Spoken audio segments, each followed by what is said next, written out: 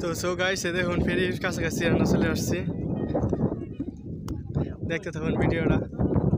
ফেরি মাঝে উঠবার দেই না দে বয়ে হইতেছি না, এই তো আরও তামাশ হয়েছে ফেরি দেখবার লাগিয়া। আর আমার কমিটি স্যার আনিছি, তারা হয়েছে ফেরি দেখবার লাগিয়া। আমি প্রথম জীবনের প্রথমবার দেখলাম ফেরি, দেখুন কিরম মজা, ওয়াও ভালোই লাগছে।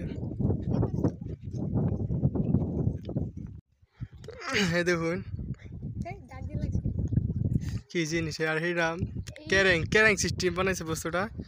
এটা ফ্যান আর কি খুদবা লাগে, নদী খুদবা লাগে।